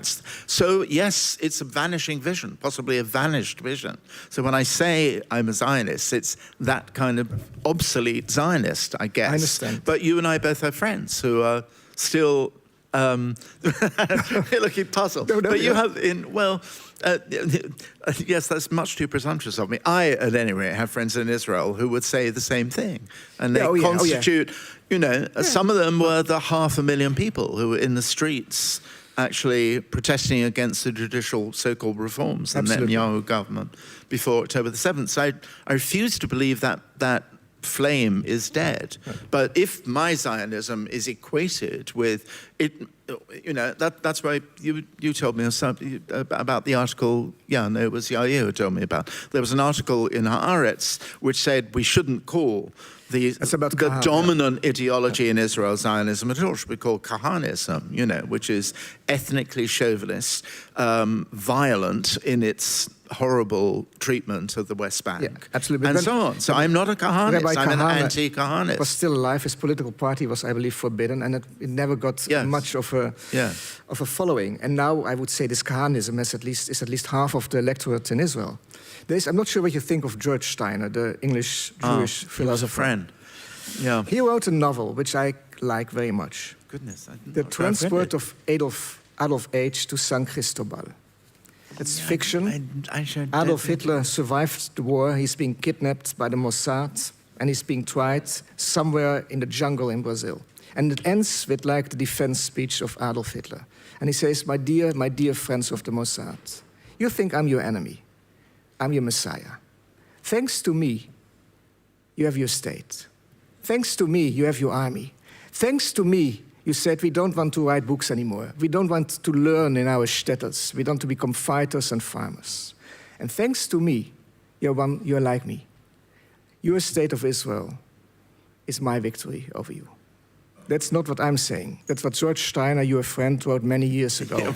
And he didn't want the book to be published in German, maybe for good reasons, but now I'm asking you in 2025, did Mr. Steiner have a point? Well, I wouldn't have read you that long extract, really, from my book about what was said at the time of the Affaire Dreyfus, actually. So it didn't need, or the Kishinev pogrom, or the 150,000 Jews who were massacred in pogroms in Russia between 1918 and 1921. So that is grotesquely presumptuous of both George and Adolf Hitler. But I can parry that with a really good story, where there's an expedition of German birdwatchers, ornithologists, and they, as they're hacking their way through the rainforest, they come on a clearing with a wooden hut in it, and out comes very elderly but unmistakable Führer. And they say, "Oh, Führer, how interesting to see you. Can we say, we'd like to ask you, is there anything you regret about your time in office?" And Hitler's, they say, would you do anything differently, if you come back to power? Oh, yes, I'm coming back to power. So what would you do differently? Oh, he says, no more Mr. Nice Guy. That's a very good joke. I'd like to end my conversation with you with Etty Hillesum. Etty Hillesum is important to you. Etty Hillesum is important to me. One of the many good things about Etty Hillesum is that, unlike Anne Frank, she didn't become a universal icon, I think. But no, that's true. That's so we can still read her, and there's no Etty Hillesum house, so we can still have a one-to-one relationship with Hillesum, which is more difficult with Anne Frank for many reasons, because you cannot be an icon and being an individual at the same time, unfortunately. Yeah, exactly. And of course, Etty Hillesum was part of a diary, or many parts of a diary, and not so much about the war, but about her own life, about her love life. Right. A very complicated love life about mysticism. She reminds me often of another woman I admire to some parts, Simone Weil, the French Jewish woman who became Christian. And you spoke also about the acceptance of your death, which reminded me of a quote by Wassily Grossman, which I like also very much, that sometimes you have to die in order to stay a human being. I'd like to quote from her diaries in English translation to you, and maybe we can discuss this state of mind. She wrote, "My acceptance is not indifference or helplessness. I feel deep moral indignation at a regime that threats human beings in such a way. But events have become too overwhelming and too demonic to be stemmed with personal resentment and bitterness. These responses strike me as being utterly childish and unequal to the fateful course of events. It's not as if I want to fall into the hands of destruction with a resigned smile. Far from it. I'm only bowing to the inevitable. And even as I do so, I'm sustained by the certain knowledge that they cannot rob us of anything that matters." I think we should let her have the last word, Arnon, really. It's very beautiful. And is this naive, or do you still believe it, even if you're sent to the gas chamber? And sometimes she knew, and sometimes in her diary she goes, you mentioned the story in Bart van der Boom. Yeah. She seemed to know and not know at the same time. Yes, exactly. Yes, exactly. But still she believes. She does think there is an extermination underway. So in some ways, the change of thought I had literally on your lecture podium, that the actual nature of the extermination is entirely beside the point. She knows it's an ending, really. And her particular ending, she wants to see, paradoxically, a vitality in it. And as I say, that struck me as true of many other of the most powerful writers who accurately predicted their own, who accepted that they weren't going to survive. But that too is a rather Jewish. But Jewish. the last sentence that I can, it's very religious, very Jewish. But can you identify with that? Knowing that you're going to your death, knowing that you're being sent to a concentration camp where you will be killed, would you be able to write? I know it's a hard question. They cannot rob us of anything that matters. And we know also that on the train from Westerbork to Auschwitz, she sent a postcard. She throws a postcard out. And she said, we were singing. Yes. Yes.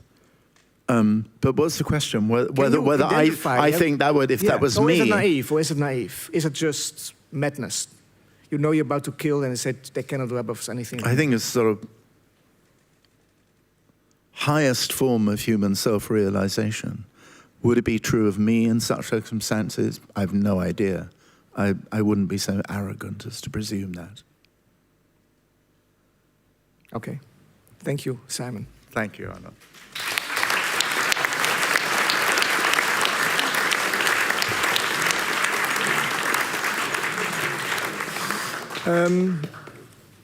Now it's time for you, dear audience. Eloise is walking around with a mic. And as I stated before, really questions, no anecdotes, no opinions. I'm going to interrupt you. So raise your hand if you have a question. I see, yeah.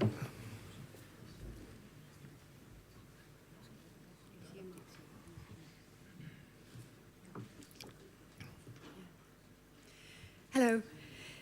In the film this afternoon, I saw you spoke about how the Nazis recorded the extermination very carefully, and then you showed a few precious pictures taken in secret by the Sonderkommando. Then there was one aerial shot of the crematoria and burning bodies from Allied troops. In view of all the previous talk about the pogroms and the long history of anti-Semitism, was there a reason you didn't comment on that? Did the Allied troops know should more have been done? Or do you feel that's a different question? Is that why you didn't go into it in the film? Oh, well, thank you. It's such a good question. This is the stupid brutality of the 1 hour format. I'm so sorry, which sounds the most pathetically kind of media savvy kind of answer. So forgive me if I make even more of that feeble answer, is that when you make especially the sort of hubris-loaded exercise of having 58 minutes on the Holocaust. You have to choose your chapters, as it were, very carefully. And you can't set a hare running unless you really pursue it, actually. So we did that. But you'll still say, well, why didn't you drop something? I don't know what you would have dropped. But the core of your question is, oh yes, I mean, there were incredible cabinet debates, both in the United States and in Britain, about, of course, famously bombing the railway lines to Auschwitz. And it was said it couldn't be done, they would never hit their target, and so on. We know for a fact that when the Soviets actually bombed the railway lines in, I guess it was 1944, a lot of Eichmann's plans to deport not just the Jews outside Budapest, but the Jews inside Budapest as well, send them to their death, were logistically impossible. So there were debates among the Allies all through the war. There are very good books, David Wyman's books. There are a lot of very good books about it. The most upsetting part about this issue is that because of what was known about Chelmno, those were initially the stationary gassing trucks that we showed in the film. These extraordinary, the message brought by this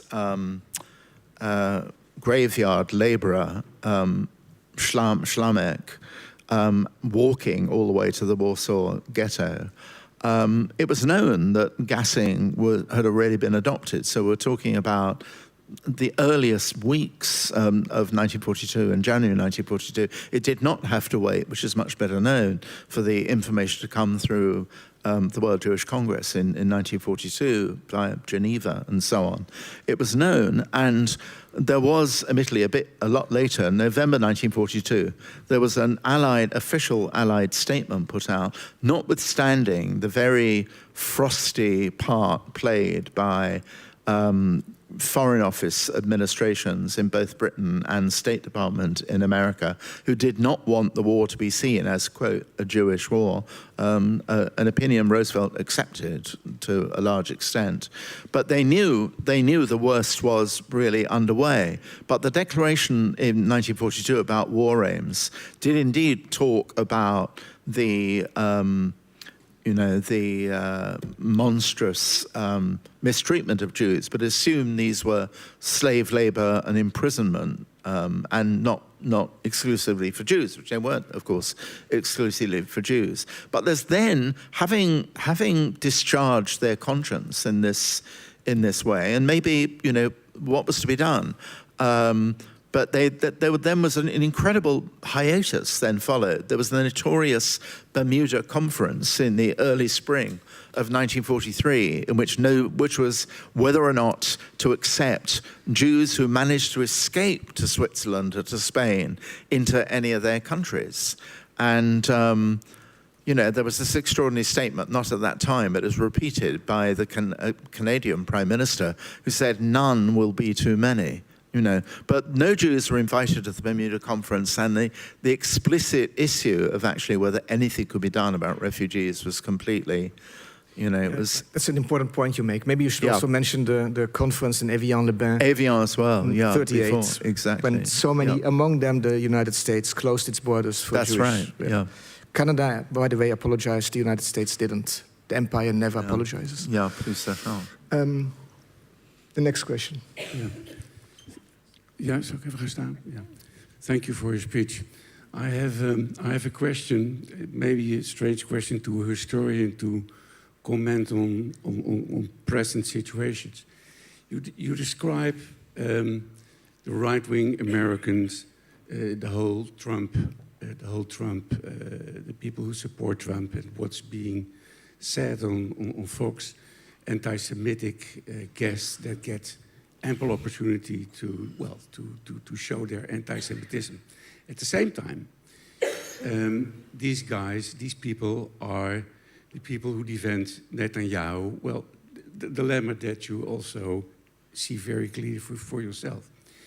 I can think of many political or imperialistic or other psychological reasons how they can support Netanyahu and be the great friend of Israel and being anti-Semitic at the same time. But how do you think, and I ask you, how do you think these two viewpoints of being anti-Semitic on the one hand, because you give ample room for anti-Semitic speech on the one hand, also Trump himself, and on the other hand, being the super Zionist that condemn Jews that are critical of Netanyahu as being fake Jews. How do you see this tension between these two contrapoints? I don't have another word, but... Right. Well, first of all, I hope I didn't give the impression I think everyone who voted for Donald Trump is anti-Semitic. I don't think that for a minute. But I think... I'm speaking about the guys, and to mention Taylor. Yeah, I mean, the answer, of course, is in the wilder fringe of Christian evangelism, in which the existence of the State of Israel plays a part in the narrative of the coming of the last days and so on. So, feeling a kind of deep connection with Israel is essentially a theological position, really, rather than necessarily. So to me, it's not a contradiction about really not much liking liberal Jews in the United States and very much liking fortress Israel.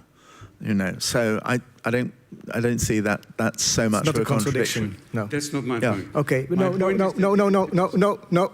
Next question.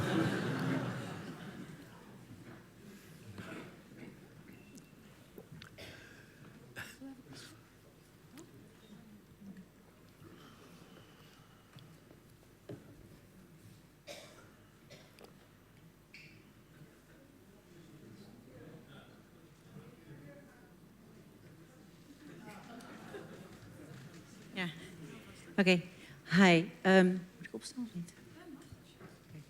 I also have a question in relation to the history towards the now. As Jews, we've positioned ourselves often as victims. Israel's now seen as an aggressor. I have a very difficult, I have a difficulty with positioning ourselves or us as Jews in Western Europe vis-à-vis the situation in Israel, but sticking to our Judaism. And I wonder how, not to be seen as victims only, we can pursue in a, positive manner, relationing to the past, but looking forward to a future. And if you have a suggestion on how to use the history in such a positive way. Well, I'd say I too hate the idea of Jews being reduced to a choice between victims and bullies. That's awful. And that's, as I say, without vulgar self-promotion in the talk I was giving. The whole point of writing those books, not just to move away from an entirely lachrymose history, as Sailor Baron put it, but actually to what we have is an unequaled history also of resiliency in migration, the creativity of a migrant culture, an immigrant culture, which somehow manages to have an extraordinarily fruitful relationship with the places to which they migrate. Think of Moses Mendelssohn, without necessarily, totally abandoning the core traditions, literature, poetry, religion as well, that have made Judaism. So, it'd be possible it would be ridiculous to immerse yourself in Jewish history and miss out the tears and the disasters, but almost equally as ridiculous to miss out everything else. So, total immersion in other stuff. Total immersion. Next question.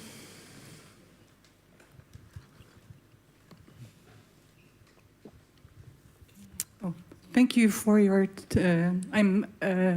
talk and giving us many thoughts to think about ourselves after your lecture. I'm Machtel Deunstein. I thought to introduce myself. Part of my question was now answered by you, but I wondered, we all know that in American academia, the topics you address are, have been under debate. And I wondered, especially in Columbia University, and I wondered whether you can teach about the topics you write about, whether that's possible in Columbia University. And I'm thinking about protests, but also that in a way, although you didn't, you were first not a follower of Celo Barron, but in a way you are now in writing a neo-lachrymose history. A follower of who? The follower of you? Celo Barron. Celo Barron, professor of Oh, Celo Barron. Yeah, Barron. Okay. Yeah. Barron. No, I just it's not that I'm not a follower. I'm an avid reader and devotee. It's just that he does a lot of religious history, in particular, which is I'm not qualified to do that. Really, social history a bit more. This doesn't quite answer your question, I think, but actually. It was very difficult. I mean, I'll just give you just a bit, as I said, forgive it if it doesn't quite answer your question, but obviously I'm a Columbia professor and, Jewish students had a very, very bad time in the weeks after October the 7th. Two things that happened were quite upsetting, more than quite upsetting. One is that barely a couple of days passed after October the 7th when hundreds of my colleagues signed a petition including Rashid Khalidi, who's a good Palestinian historian. Don't agree with a lot of what he says, but, Ebed Said was sort of frenemy of mine, actually, basically. I mean, I liked him very much, but we would agree not to agree. Yes, exactly. Thank you. So, describing October the 7th as a military exercise and resistance and so on, that was really just, I thought, a grotesque lapse of moral honor, really. But more important than that, there was a counter-petition, very interestingly, actually, a counter-petition of many thousands were upset about the verbal abuse and occasional physical abuse to which Jewish students were subject, and that we have something at Columbia called the Institute of Jewish and Israel Studies, and there's a course being given on modern Israeli history, which is really all about, it doesn't hide behind a bushel, it's about the Palestinian-Israeli conflict, and this was interrupted just last in February, I think, actually, but now the course is being given. But I was going to say that we, during the very bad days, Jewish kids were coming to us really scared, and swastikas were swastikas, not Netanyahu cartoons, were appearing in the corridors of their dorm buildings and so on. And they were faced with a very, very tough time. But can you maybe, forgive me for interrupting you, but I guess the question is also, the lady's asking, can you still teach what you want to teach? Can you still say what you want to say at Columbia? Absolutely, yes, sorry, yes. Wow, you're so economical at this, it's brilliant. I have to be. Unlike me, positions were reversed.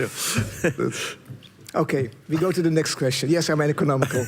We have about 10 more minutes, I would say. You can be a great novelist and a master of discipline as well. I guess you have to be a master of discipline in order to be a novelist, yeah. There you go.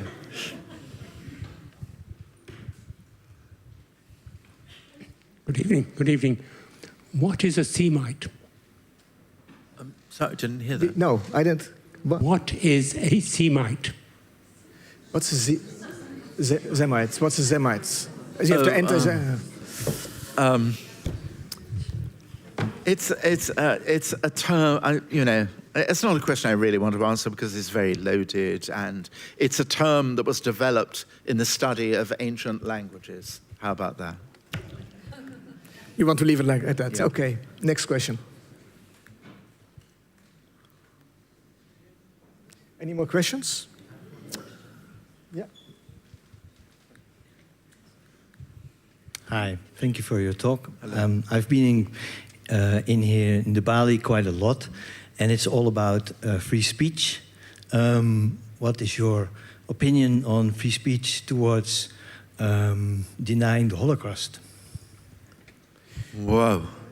The biggies are always saved for last. Wow. Okay. I was just going to say, I'm not a free speech absolutist in that particular case. I don't mind the German position, actually. Would I want to? I suppose, you know, one of the changes that was really for the worst was Elon Musk's purchase of Twitter and the immediate dropping of safeguards against untruths, really, removing all the guardrails against untruths. And I suppose even then you could rightly come back and say, well, there are little untruths, like, you know, and big untruths, and who's, you know, quis custodiet, who's really going to mind the minders. So but I'm not a free speech absolutist. I think it was, you know, Milton who claimed to be something like, but really wasn't. Both Milton and John Locke believed in free speech up to the point where you were delivering into the hands of people who would abolish free speech, by which they both meant Catholics, actually, which not a position they would take. But if you're fortifying someone who's going to, you know, liquidate exactly that principle, that's the line at which you probably stop. Now, maybe after the name of John Locke, maybe there's one more last question. Yeah, I see somebody in the back.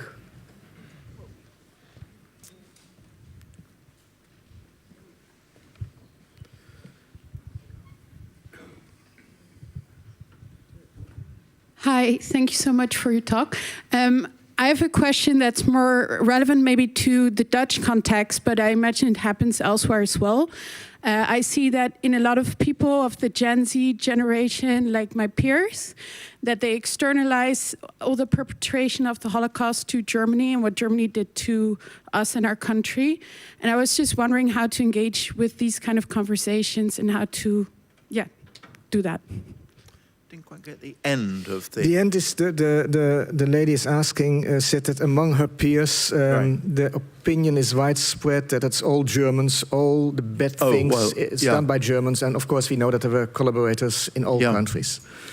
Well, as Evelien Gans says, onderwijs,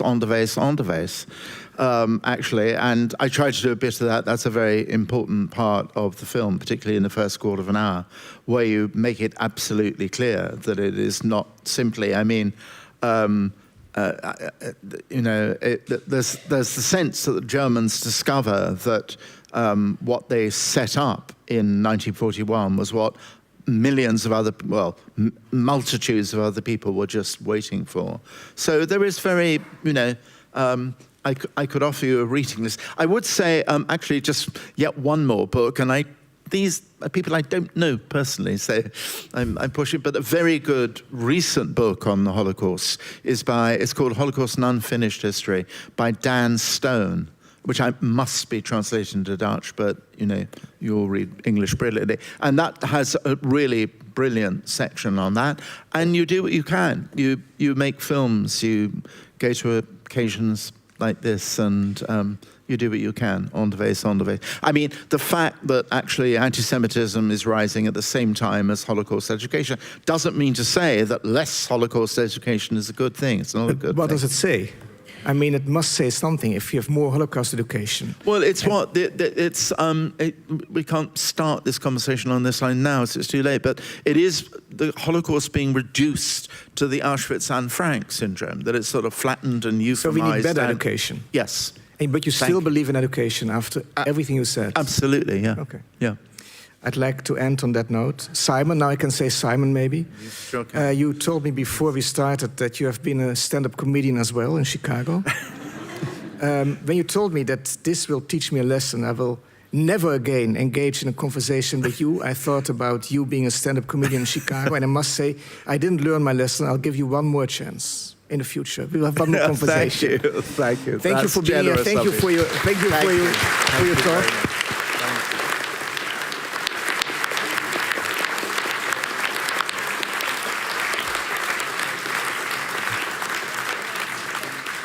thank you for being here. I'll be back in June with Adam Phillips, a psychoanalyst. Also good. And get home safely. And don't forget, less Holocaust education is not a miracle ointment, but more maybe also not. Yes, thank you. Stay well. Possible.